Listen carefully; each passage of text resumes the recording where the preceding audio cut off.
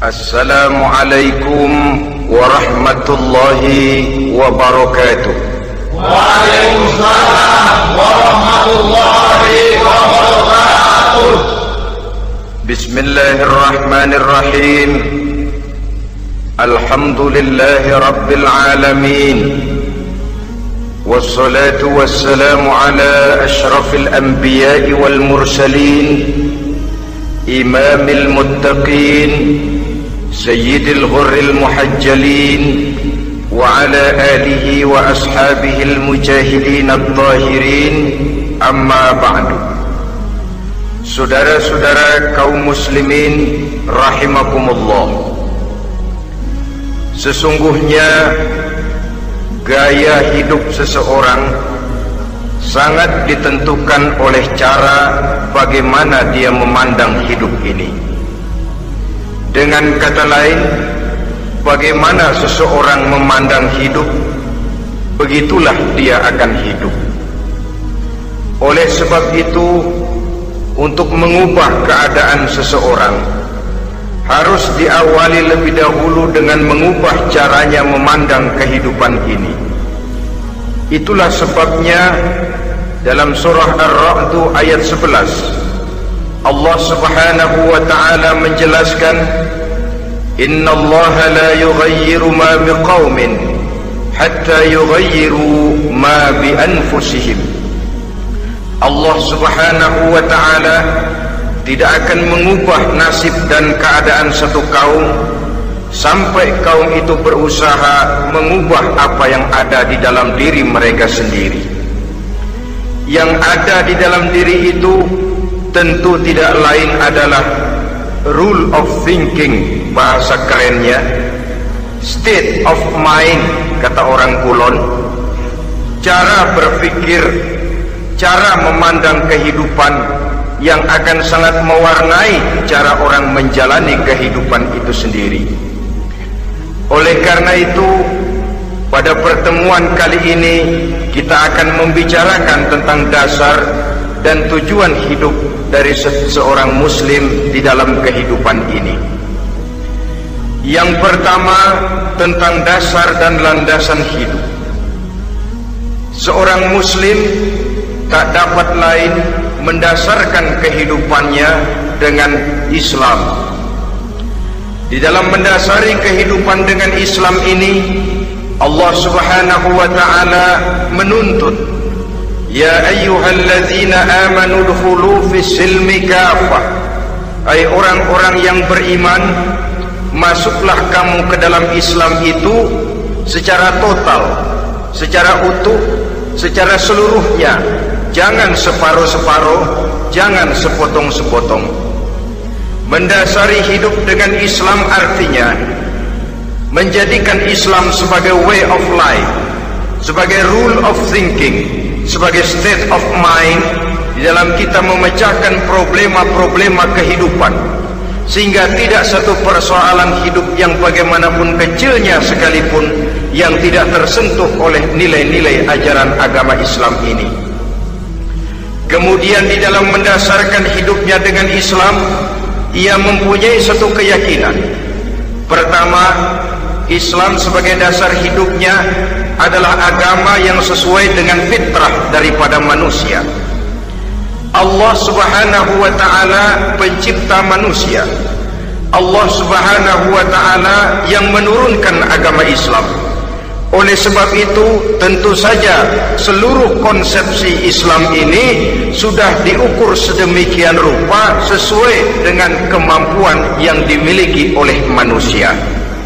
Secara logika bisa kita katakan, pabrik mobil di Jerman misalnya bikin mobil namanya Mercy. Seiring dengan itu dikeluarkannya buku petunjuk. Mobil ini bernama Mercy, kecepatan maksimal sekian ratus kilometer per jam, daya angkutnya sekian ratus kilogram. Kalau rusak memperbaikinya ini onderdilnya itu umpamanya.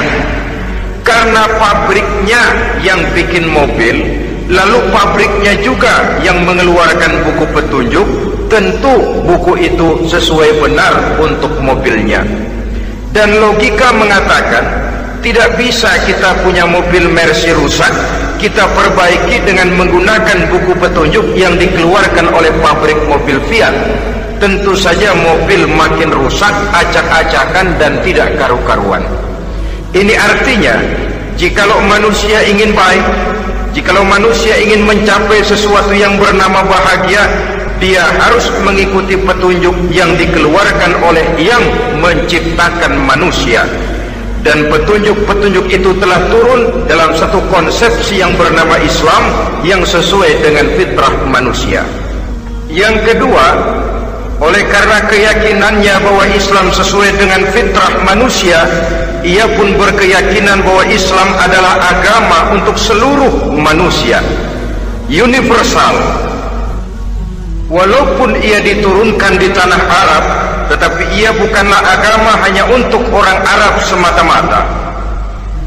Keyakinan ini perlu ditegakkan kembali, oleh karena akhir-akhir ini muncul pendapat-pendapat yang menganggap seolah-olah agama itu barang impor. Persilahkan saja kalau memang itu merupakan keyakinannya, tetapi menganggap agama sebagai barang impor sungguh merupakan satu kekeliruan yang sangat besar. Bahwa Arab sebagian besar memang Islam, jelas, tetapi Islam bukannya Arab, itu pun harus kita akui.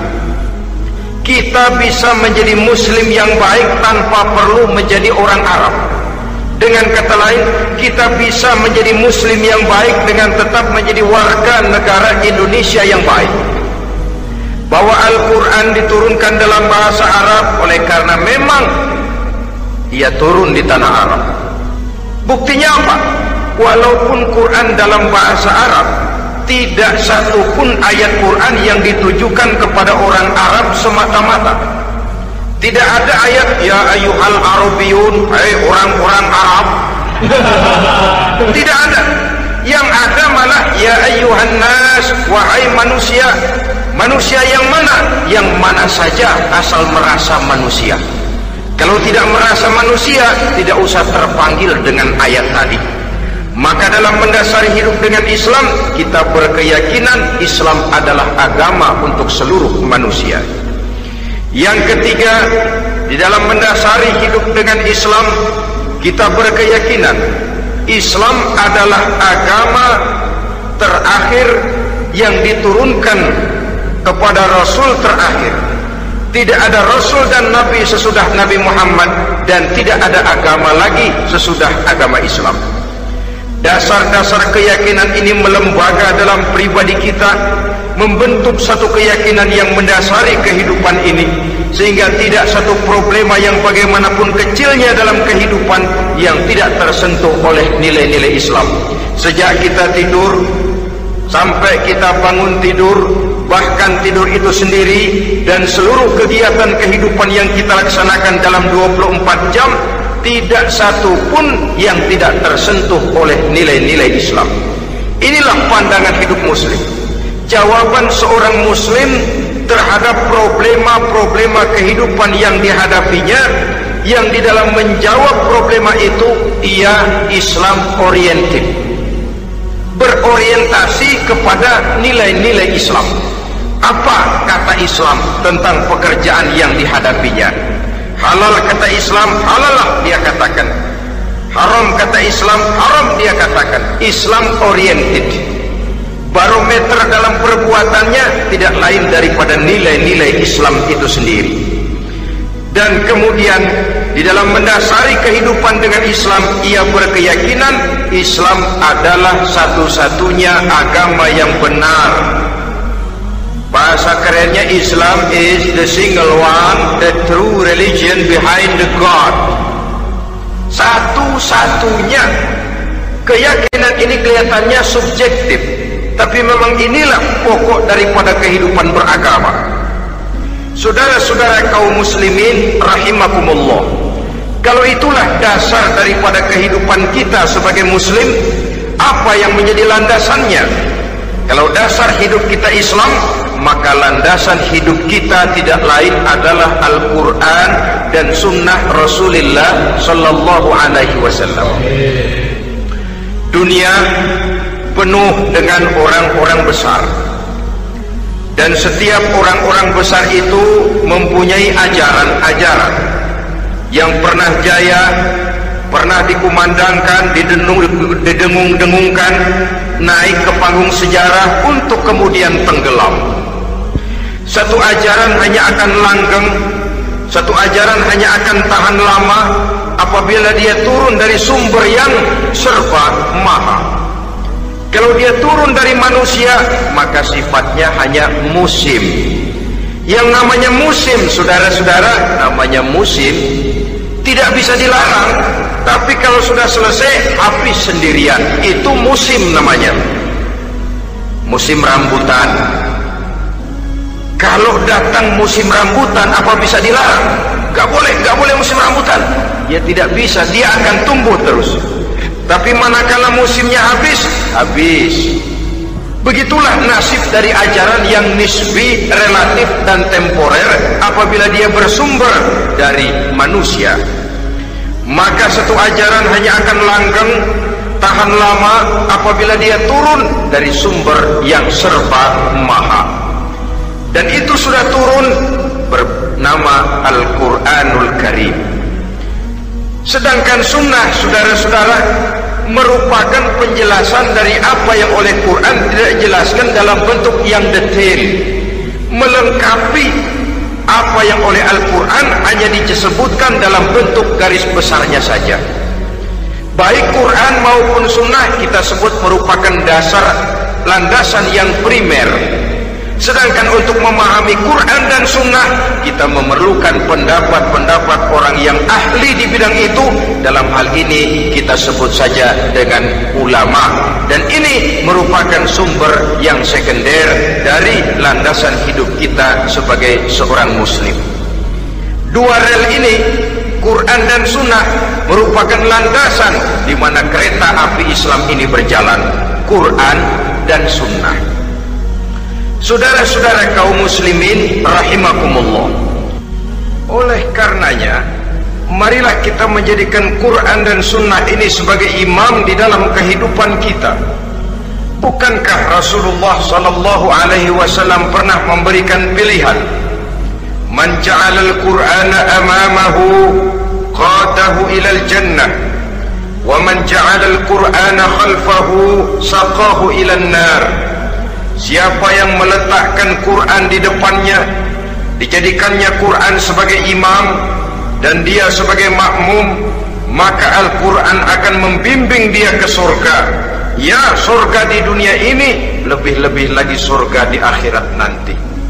Sebaliknya, wa man ja'ala al-Qur'ana khalfahu, siapa yang meletakkan Quran di belakangnya, dia belakangi ajaran dan konsepsi Al-Quran, dia tinggalkan perintah-perintah Al-Quran, maka Al-Quran yang di belakanginya itu akan mendorong dia ke neraka. Neraka dunia, lebih-lebih neraka di akhirat nanti. Pilihan terserah kita. Jikalau kita mau menjadikan Quran sebagai imam, artinya kita menjadi makmum. Resikonya dimanapun, makmum wajib ikut imam. Imam takbir, makmum takbir, imam ruku, makmum ruku, imam i'tidal, makmum i'tidal. Jikalau Quran imam kita dan kita adalah makmum, maka itu berarti jikalau ke barat komando Quran, ke barat kita pergi. Jikalau ke timur kata Quran, ke timur kita menuju. Jikalau halal kata Quran, halal kita katakan. Jikalau haram kata Quran, haram kita ucapkan. Itu resikonya kita menjadi makmum, menyusun pola hidup yang lebih Qurani. Tapi sebaliknya, ke barat komando Quran, ke timur kita pergi, ke utara kata Quran, ke selatan kita menuju. Halal kata Quran malah kita tidak mau melaksanakannya. Haram kata Quran kita senang bukan main. Artinya kita mau menjadi makmum dan Quran kita jadikan sebagai makmum, kita sendiri malah mau menjadi imam. Kita paksa konsepsi Al-Quran itu supaya sesuai dengan naluri kemanusiaan kita, mengotak-atik hukum, menghalalkan yang haram, mengharamkan yang halal. Dikala itu landasan hidup kita sudah goyah, tidak lagi sebagai landasan tempat kita bertolak, tetapi malah menjadi satu landasan yang kita injak-injak. Sesungguhnya saudara-saudara, Quran tidak akan membawa berkah, tidak akan menjadi rahmatun wa syifaun lil mu'minin, menjadi penyembuh, menjadi rahmah bagi orang-orang beriman apabila yang kita baca itu kita injak-injak di dalam kehidupan. Upaya menyusun hidup yang lebih Qurani ini seiring dengan usaha kita menjadi warga negara yang baik, yang saya katakan di awal tadi, tidak saling dan tidak harus saling bertentangan. Jadi dengan demikian dasar hidup kita sebagai muslim adalah Islam, dan landasan hidup kita tidak lain adalah Al-Quran dan sunnah Rasulullah sallallahu alaihi wasallam. Ini landasan tempat kita bertolak. Ini yang mewarnai gaya kehidupan kita. Apapun yang mau kita lakukan, tempat kita bertanya lebih dahulu Quran dan sunnah. Saya mau melakukan pekerjaan ini, apa kata Quran? Saya mau pergi ke tempat ini, apa kata Quran? Saya mau berusaha dengan mengerjakan perusahaan ini, apa kata Quran? Merupakan landasan daripada kehidupan kita. Ini yang saya katakan tadi, membentuk rule of thinking, state of mind, bahwa gaya kehidupan kita diwarnai oleh landasan hidup yang bertumpu pada ajaran Al-Quranul Karim dan sunnah Rasulullah sallallahu alaihi wasallam. Baiklah ya, ini yang pertama tentang dasar dan landasan hidup. Yang kedua tentang tujuan hidup. Kalau sudah ada landasan tempat kita bertolak, lalu kemana pantai yang akan kita tuju? Mau apa sih kita hidup ini? Berleha-leha, menjalani acara rutin, bangun tidur sampai tidur lagi, kemudian besok begitu lagi, sampai menunggu datangnya sang ajal? Atau ada satu tujuan yang akan kita capai di dalam kehidupan ini? Apabila kita teliti, maka Al-Quran mengajarkan tujuan hidup setiap muslim pada dasarnya ada dua. Pertama, kita sebut saja tujuan jangka pendek. Tujuan jangka pendek itu sasarannya dunia sekarang ini. Bentuknya horizontal, targetnya agar setiap pribadi muslim menjadi rahmatan lil alamin, rahmat bagi lingkungannya. Inilah yang oleh agama dinamakan hablum minan nas, yang isinya adalah ilmu dan peradaban. Jadi dunia dan seluruh isinya merupakan tujuan jangka pendek saja. Untuk mencapai tujuan jangka pendek, dunia dan seluruh isinya, unsur penunjangnya adalah pendidikan, pengalaman, atau nasib. Makin tinggi pendidikan, makin mudah menjangkau hidup. Makin banyak pengalaman, makin mudah menguasai dunia. Atau karena faktor nasib, pendidikannya tidak seberapa, pengalaman pun kadang-kadang dangkal, tapi karena nasibnya lagi hoki, kata orang sekarang, nasibnya lagi bagus, dia naik ke panggung memegang peranan.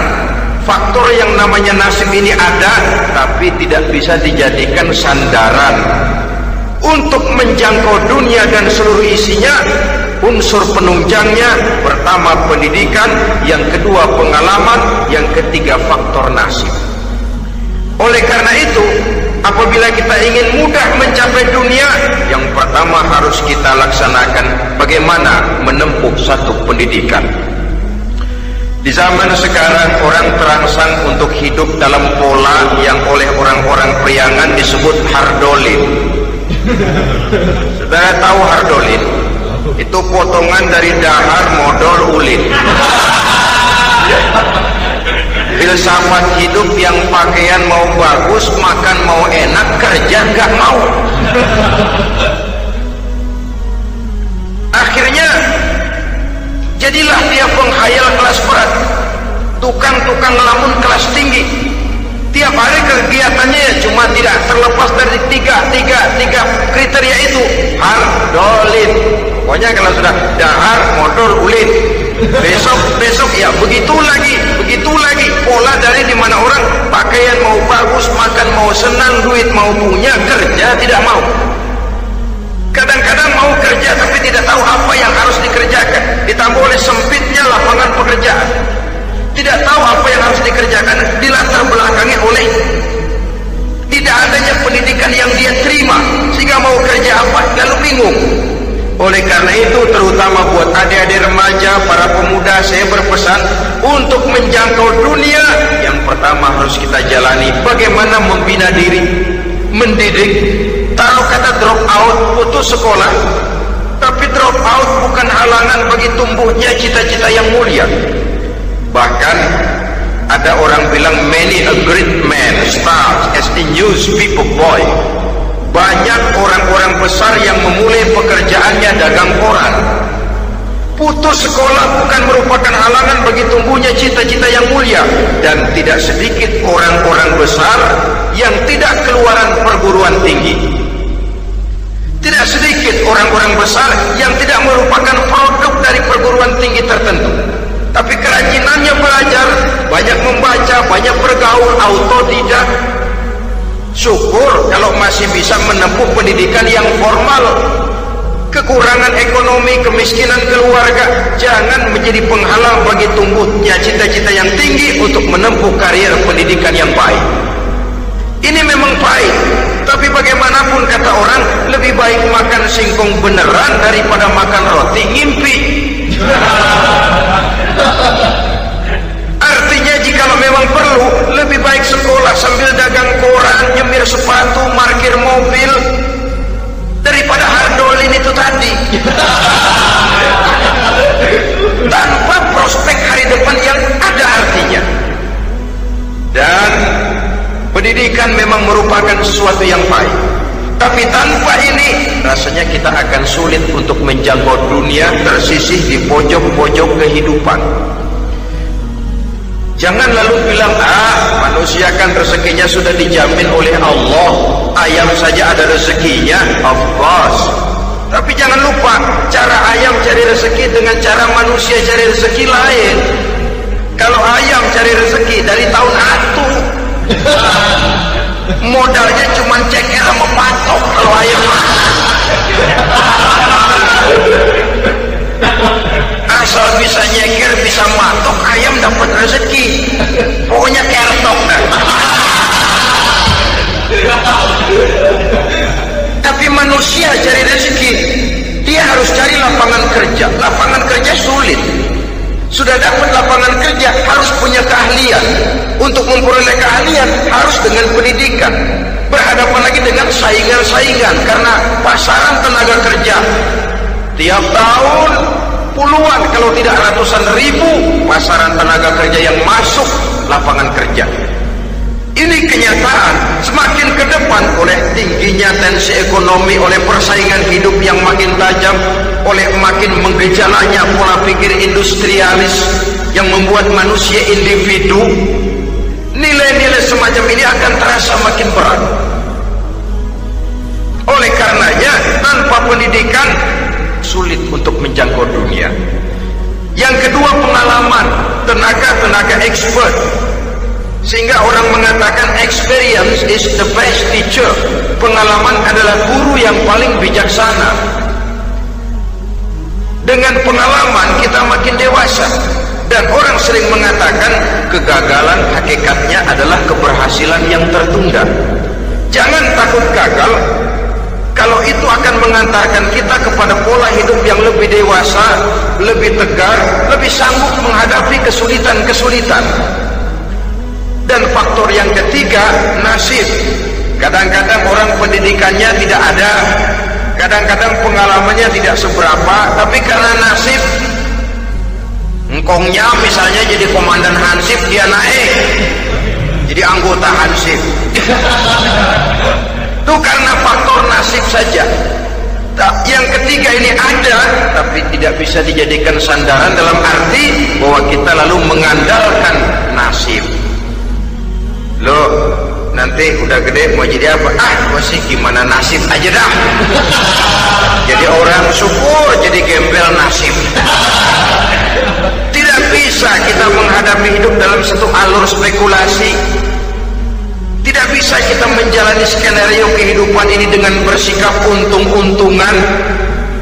Karena kehidupan walaupun tidak bisa dipastikan, paling kurang bisa dirancang, bisa direncanakan, bisa ditargetkan, bisa dianalisa kemungkinan-kemungkinannya. Walaupun tidak bisa dipastikan, tapi bisa diperhitungkan. Sebagai manusia yang terikat oleh causality, oleh hukum sebab akibat, sewajarnya kita memperhitungkan kemungkinan-kemungkinan itu. Kira-kira 5, 10, 15 tahun yang akan datang, sejauh mana kesulitan-kesulitan dalam kehidupan itu, sejauh mana persaingan dalam hidup, sejauh mana tenaga kerja dibutuhkan, sejauh mana keahlian dan skill menunjang ke arah itu. Kalau tidak, kita akan tersisih di sudut-sudut kehidupan untuk lebih banyak jadi penonton daripada menjadi pemain. Padahal kita ingin jadi pemain, kita ingin atlet, kita ingin punya peranan, karena kita oleh agama dituntut menjadi rahmatan lil alamin, menjadi rahmah bagi lingkungan di mana kita tinggal, mewarnai lingkungan, bukan cuma diwarnai oleh lingkungan itu sendiri. Itu tadi tujuan jangka pendek sebagai tujuan yang pertama. Yang kedua, tujuan jangka panjang. Tujuan jangka panjang ini sasarannya adalah akhirat. Bentuknya vertikal, targetnya adalah mardotillah atau ridho daripada Allah. Dan ini yang oleh agama dinamakan dengan hablum minallah, tali vertikal yang menghubungkan manusia langsung dengan Tuhannya. Untuk mencapai tujuan jangka panjang akhirat ini, unsur penunjangnya adalah prestasi ibadah. Kalau untuk tujuan jangka pendek, dunia dan seluruh isinya, pendidikan, pengalaman, dan nasib memegang peranan yang sangat penting, maka untuk akhirat, pendidikan, pengalaman, nasib tidak punya pengaruh banyak. Unsur penunjangnya adalah prestasi ibadah. Bagaimanapun tinggi pendidikan, bagaimanapun banyak pengalaman, tanpa prestasi ibadah, nol besar kita dalam pandangan Allah Subhanahu wa ta'ala. Saudara-saudara kaum muslimin rahimakumullah, itu sebabnya seorang muslim sholat, puasa, haji, zakat, yang kalaupun ada target dunia itu cuma side effect saja, sekedar satu efek sampingan. Target utamanya tetap tujuan jangka panjang, akhirat dan ridho Allah. Kenapa kita sholat? Untuk mencari ridho Allah. Kenapa kita laksanakan ibadah haji? Untuk mencari ridho Allah. Kita bangun di keheningan malam untuk mencari ridho Allah. Kalau ada akibat dunia, itu cuma akibat sekunder saja. Ada misalnya orang karena tekun ibadah rezekinya lancar, itu baru persekot, baru tanda jadi. Kadang-kadang persekotnya saja sudah nikmat kok, apalagi cashnya, kontannya. Sebaliknya kalau ada orang rajin ibadah, rezekinya seret, jangan jadi alasan. Kok lu nggak sembahyang? Alah, tetangga gua rajin sembahyang melarat terus. Ya memang sholat itu bukan dengan target dunia, target akhirat, saudara-saudara. Oleh sebab itu, seorang muslim adalah seorang yang berpandangan luas, berjiwa lapang. Maksudnya apa? Tujuan jangka pendek dan jangka panjang ini harus dia raih kedua-duanya. Ini yang oleh Al-Quran diajarkan agar setiap muslim mencapai fid dunia hasanah wa fil akhirati hasanah. Kebaikan di dunia, kebaikan di akhirat, itu arti hasanah. Jangan macam orang dulu punya istri dua pergi haji, yang satu yang muda istrinya namanya Hasanah, yang satu namanya Khadijah. Waktu tawaf keliling Ka'bah, si suami ini nggak bisa doa apa-apa kecuali Rabbana Atina itu. Tiap putaran Rabbana Atina fid dunya hasanah wa fil akhirati hasanah. Putaran kedua Rabbana Atina fid dunya hasanah wa fil akhirati hasanah. Ini istri tuanya yang namanya Khadijah dengerin aja. Akhirnya di satu saat dia colek suaminya, "Bang, mentang-mentang Hasanah bini muda disebutin melulu. Saya dong disebutin dalam doa." "Iya deh, ntar putaran selanjutnya." Suaminya blow on juga.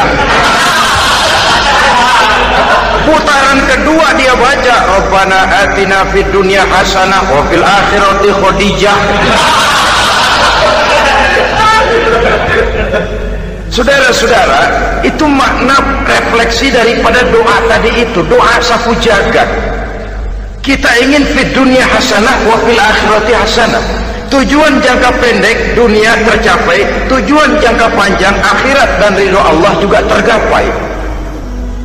Oleh sebab itu Al-Quran menjelaskan, wabtaghi fima atakallahu ad-daral akhirah wa la tansa nasibaka minad dunya. Dengan karunia yang diberikan Allah kepadamu, carilah bahagia akhirat. Wa la tansa nasibaka minad dunya, tetapi jangan lupakan bagianmu dalam kehidupan di dunia ini. Cari akhirat, utamakan akhirat dengan tidak usah melupakan jatahmu di dunia. Kenapa saya katakan seorang muslim berjiwa besar? Sebab andai kata dia gagal mencapai tujuan jangka pendek, andai kata dia gagal di dunia, dan dia oleh Islam diajarkan jangan sampai gagal, tapi andai kata dia gagal, dia masih punya tujuan jangka panjang, akhirat dan ridho Allah. Dia masih bisa menghibur diri, biarlah di dunia kita sederhana, bahkan biarlah susah di dunia, asal di akhirat kita bahagia. Orang yang tidak punya pandangan hidup semacam ini, surgalah dunia ini, segalanya telah tertumpu di sini. Bila umurnya selesai, ajalnya datang, selesai sudah surganya sampai di situ, dan dia tidak punya pengharapan lain di belakang itu. Maka seluruhnya bertumpu pada kehidupan di dunia. Padahal dunia seperti air laut, makin diminum makin haus, makin kering tenggorokan. Dunia yang diperturutkan menyeret manusia ke dalam lingkaran setan, terjebak dalam sifat yang namanya tamak bin rakus alias serakah.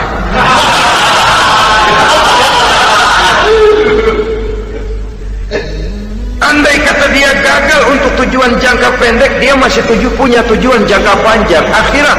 Dia masih sanggup berkata, biar di dunia kita sederhana, bahkan biar kepelangsak sengsara susah di dunia, asal di akhirat kita bisa bahagia. Kan masih ada harapan. Yang paling bangpak, paling rusak betul, sudah di dunia sengsara, di akhirat celaka. Jadi dunia rumahnya gubuk, pinggir kali miring, asal hujan bocor, utang selebar warung. Bayang kagak, ngaji enggak, puasa enggak, saban malam miring mulu. Saudara hadirin yang saya hormati, lalu kapan mau bahagia kalau sudah di sini susah, di sana akan susah juga. Ini yang pertama, seorang muslim, seorang yang optimis, berjiwa besar, luas pandangan. Kegagalan dia dalam jangka pendek tidak menyebabkan dia melupakan tujuan jangka panjang. Yang kedua, positifnya apa? Cara dia mencapai tujuan jangka pendek diwarnai oleh keyakinan adanya tujuan jangka panjang. Dia memang benar cari harta, tapi karena dia yakin ada akhirat, Allah ridho apa tidak? Ini positifnya. Saya memang cari duit, tapi dengan cara ini Allah ridho apa tidak? Saya memang ingin berpakaian yang rapi, tapi dengan tidak menutup aurat begini, Allah ridho atau tidak? Saya memang bergaul menghormati teman, tapi terjebak dalam minuman keras karena menghormati teman, Allah ridho apa tidak? Ini orang yang punya tujuan jangka panjang. Segalanya diberikan bingkai dengan pertanyaan, Allah ridho atau tidak? keyakinannya terhadap tujuan jangka panjang mewarnai gaya hidupnya di dunia ini mencapai tujuan jangka pendek tadi. Mau minum, Allah ridho apa enggak ini? Mau makan, yang saya makan Allah ridho apa enggak ini? Pendeknya apapun yang mau dia kerjakan, karena dia punya keyakinan tujuan jangka panjang, dia selalu menimbang terhadap ridho Allah tadi. Jadi tanpa prestasi ibadah, kita nol besar dalam pandangan Allah. Ini nilai manusia yang hakiki di sini. Ini makna inna akramakum indallahi atqakum. Di akhirat nanti kan tidak pernah akan disidang. Kamu pendidikan setinggi apa? Tidak. Gelarmu berapa renteng? Profesor, doktor? Tidak. Akhirat hanya menyidang kau sholat atau tidak, kau puasa atau tidak, kau zakat atau tidak. Diberikan kamu harta yang banyak, dari mana kau dapat, kemana kau belanjakan. Prestasi ibadah itu yang ditanya. Setinggi apa pendidikan, sebanyak apa pengalaman, no problem, tidak jadi masalah di akhirat itu. Prestasi ibadah itu yang akan kita persembahkan di hadapan Allah. Itu makna inna akramakum indallahi atqakum. Kerbau dinilai dari dagingnya, makin gemuk makin mahal harganya. Tapi ada perkutut lebih mahal dari kerbau. Perkutut itu mahalan mentahnya loh daripada matangnya. Karena harga perkutut pada suaranya. Lalu di mana harga manusia yang paling gemuk? Tidak. Suaranya, oh kalau manusia dinilai dari suaranya, barangkali Madonna nomor awal masuk surga. Hanyalah dengan prestasi ibadah kita bisa mencapai tujuan jangka panjang akhirat dan ridho Allah.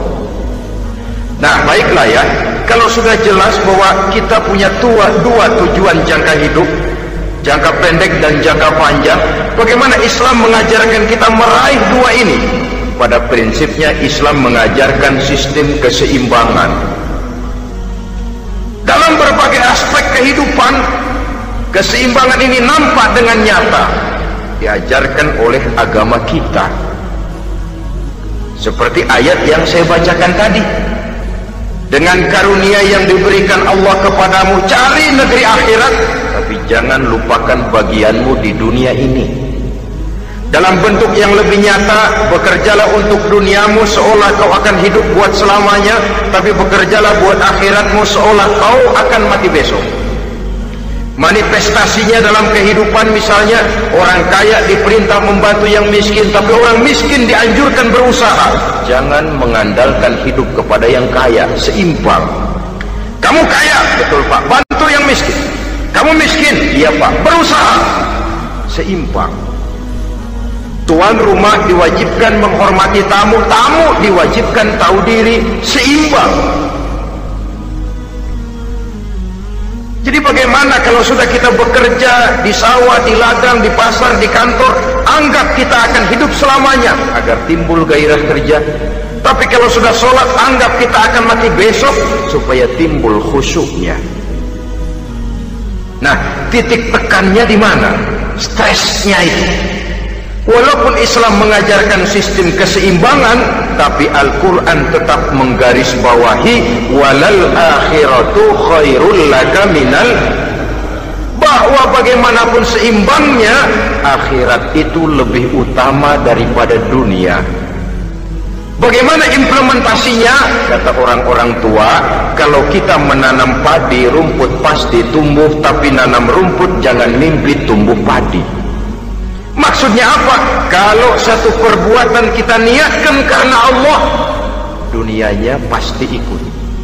Tapi kalau satu perbuatan diniatkan karena dunia semata-mata, akhirat akan hilang. Sebab itu, biasakanlah berbuat sesuatu, baik untuk tujuan jangka pendek, lebih-lebih untuk tujuan jangka panjang, dengan motif lillahi ta'ala. Jadi saya ulangi, satu perbuatan kalau sudah diniatkan karena Allah, dunia biasanya ikut. Tapi kalau diniatkan karena dunia semata-mata, akhirat akan luput. Padahal itu titik tekannya, walal akhiratu khairul laka minal ula. Saudara-saudara kaum muslimin rahimakumullah, ini tujuan hidup. Jadi landasan tempat kita bertolak sudah jelas, pantai yang akan kita tuju dalam kehidupan ini juga sudah nyata. Kita ingin mencapai apa yang dinamakan fid dunya hasanah wa fil akhirati hasanah. Untuk itu perlu ada keseimbangan, tetapi titik tekannya tetap akhirat lebih utama daripada kehidupan dunia ini. Sekarang kalau sudah ada dasar hidup, sudah ada tujuan yang akan kita capai, tentu harus ada alat untuk mencapainya. Semuanya perlu sarana. Bahkan pada hakikatnya dalam kaidah usul fikih para ulama mengajarkan lil wasail hukmul maqasid. Sarana dan tujuan hukumnya sama. Ini mestinya mendidik umat Islam jadi pinter. Jangan cuma berpikir melaksanakan satu pekerjaan, tapi juga berpikir menciptakan sarana untuk terwujudnya pekerjaan itu. Misalnya umat Islam wajib pergi haji kalau mampu, kan begitu toh? Kalau dia umat Islam Indonesia, tentu pergi hajinya ke Mekah. Mekah, Jeddah, Mekah, Indonesia perlu sarana angkutan untuk sampai ke sana. Kapal laut, kapal udara.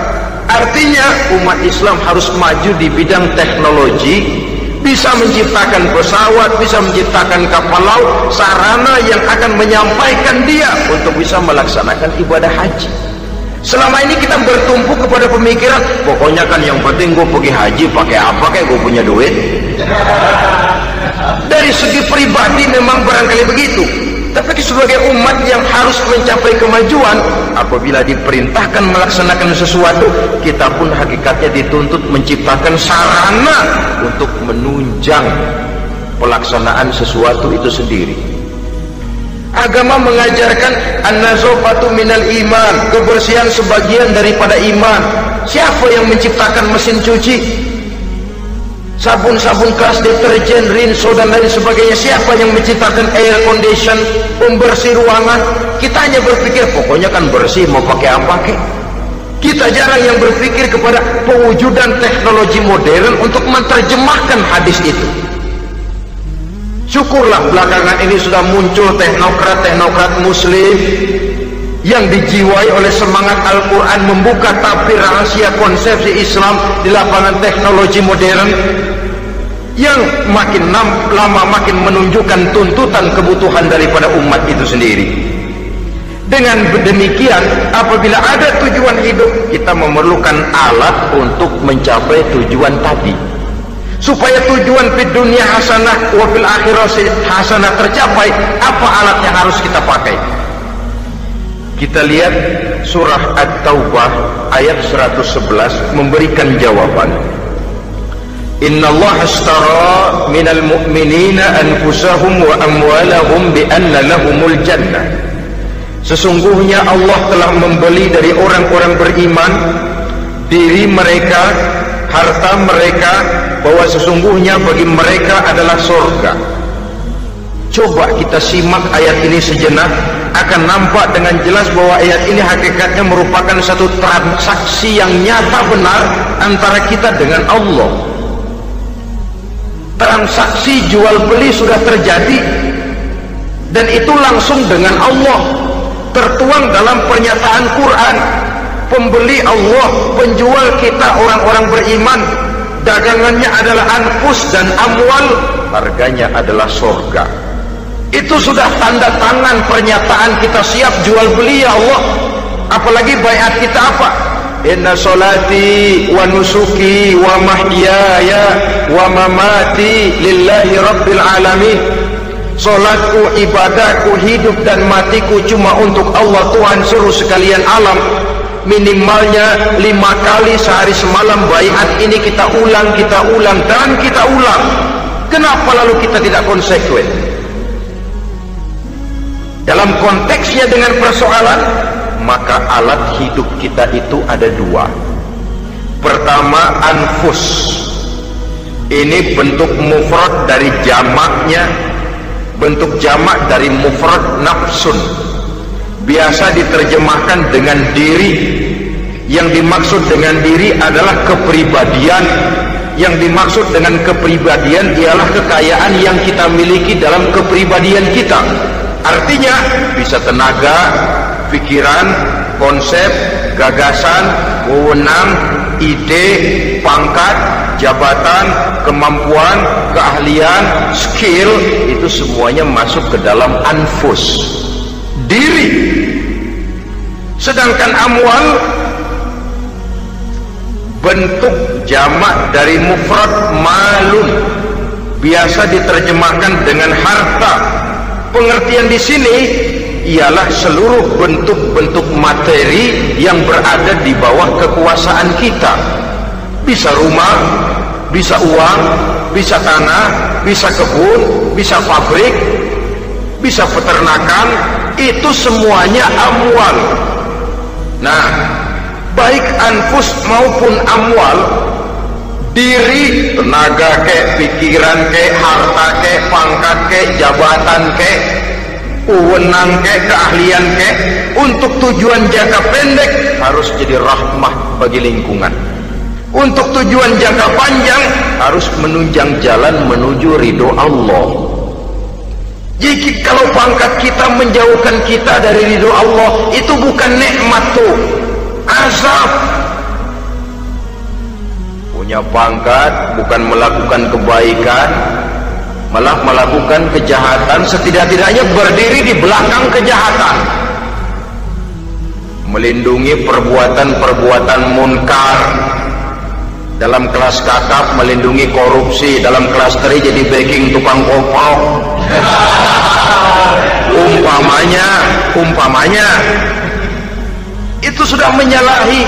Alat tidak digunakan untuk mencapai tujuan, itu untuk tujuan jangka pendek. Lalu amwal, harta, uang, tanah, rumah, kebun, untuk tujuan jangka pendek harus menjadi rahmah bagi lingkungan. Sedang untuk tujuan jangka panjang, baik diri maupun harta harus menunjang jalan menuju ridho Allah, harus meningkatkan prestasi ibadah kita kepada Allah Subhanahu wa ta'ala. Malah yang namanya amwal ini tanggung jawabnya lebih berat loh saudara. Kalau saudara diberikan ilmu, sidang akhirat cuma satu, ilmu kau amalkan untuk apa? Saudara diberikan umur panjang, pengadilan akhirat cuma bertanya satu, umurmu kau habiskan di mana? Tapi saudara diberikan harta, pertanyaan akhirat dua, hartamu kau dapat dari mana? Kau belanjakan kemana? Dari mananya dan kemananya ditanya, depan belakang. Bahwa kadang-kadang kan ada orang hartanya didapat dari jalan yang halal, dibelanjakan di jalan haram. Kerja peras keringat banting tulang setengah mati, begitu dapat duit beli buntutan, muter-muter kertas cari kode.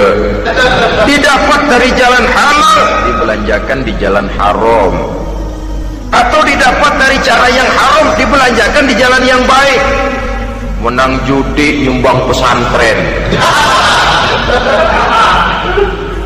Nabi mengajarkan innallaha thayyibun la yaqbalu illa thayyib. Allah itu baik dan hanya menerima yang baik-baik saja. Tidak bisa mencuci kain dengan air najis. Kain akan tetap kotor. Saudara-saudara kaum muslimin rahimakumullah. Oleh karenanya masalahnya terpulang kepada kita, pandai-pandailah membagi orientasi. Suatu saat tenggelam kita dalam kesibukan dunia dan seluruh isinya untuk mencapai tujuan jangka pendek. Lain saat tenggelam kita memfanakan diri untuk mencapai tujuan jangka panjang, akhirat dan ridho Allah. Karena kehidupan ini bukan berjalan tanpa batas. Umur ini bukan satu karunia tanpa pertanggungan jawab. Suatu saat setuju atau tidak, rela atau terpaksa, kita akan sampai kepada garis finish daripada perjalanan kehidupan dunia ini, yang memang merupakan satu perjalanan panjang, a walking tall, kata orang Kulon. A walking tall, satu jalan yang demikian jauhnya, entoh kita akan sampai ke garis finish. Bila datang ajal, senja kehidupan datang, malam menyelimuti. Datangnya tidak pernah kita sangka, tapi sekali dia datang, tidak satu kekuatan yang bisa menolak. Kehadirannya tidak pernah kita harapkan, tapi satu kali dia datang bertamu, pasti terjadi. Dan itu pasti akan kita temui. Alangkah malangnya pada saat kembali itu datang, kita tidak punya prestasi ibadah. Lalu apa artinya prestasi dunia? Apa artinya tujuan jangka pendek kalau kita harus kehilangan tujuan jangka panjang? Rumah kita yang besar, pangkat kita yang tinggi, harta kita yang banyak, bisakah menolong kita untuk kalau sudah kumpul di padang mahsyar nanti? Malaikat, jangan gebugin saya, rumah saya harga 2 miliar.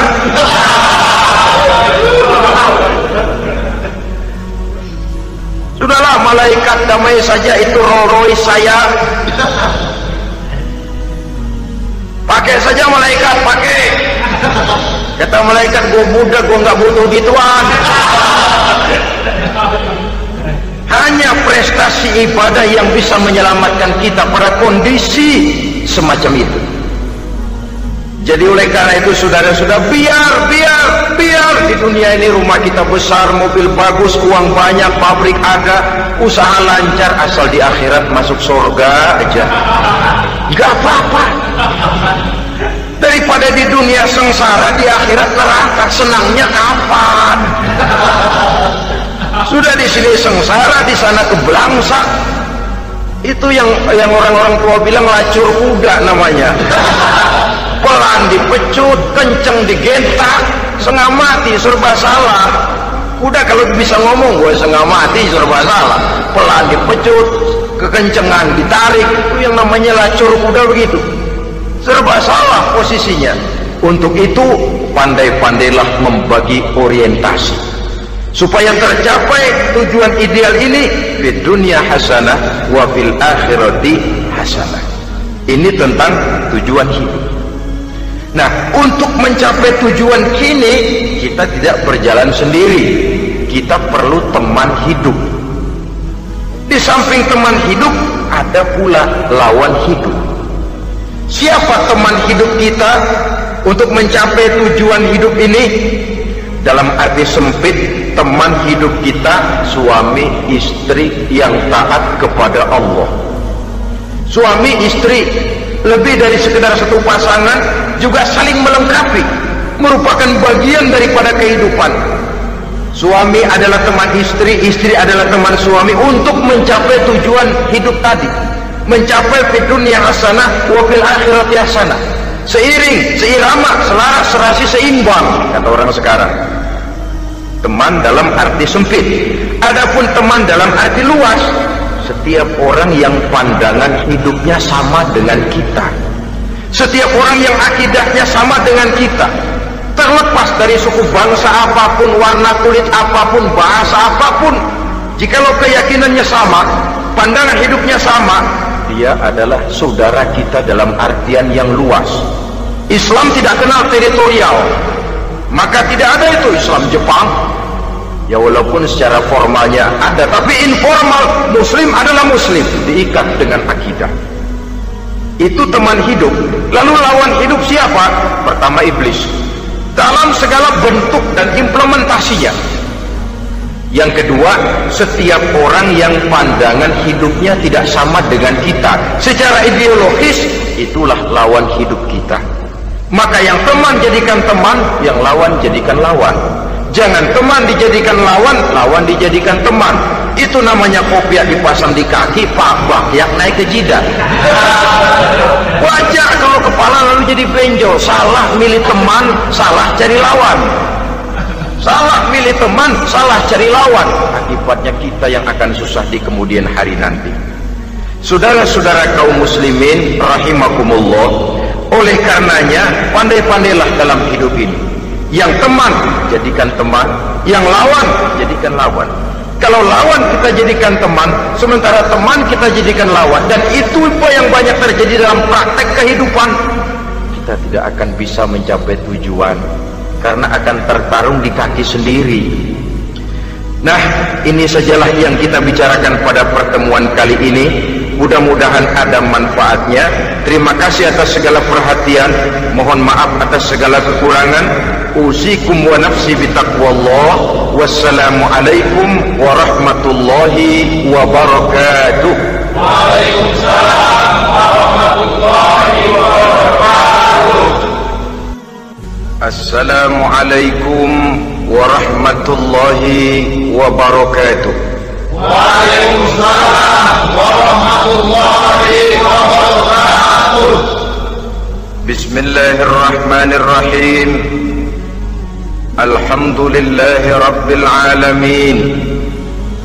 Wassalatu wassalamu ala ashrafil anbiya'i wal mursalin, imamil muttaqin, sayyidil ghurril muhajjalin, wa ala alihi wa ashabihil mujahidin at-tahirin. Amma ba'du.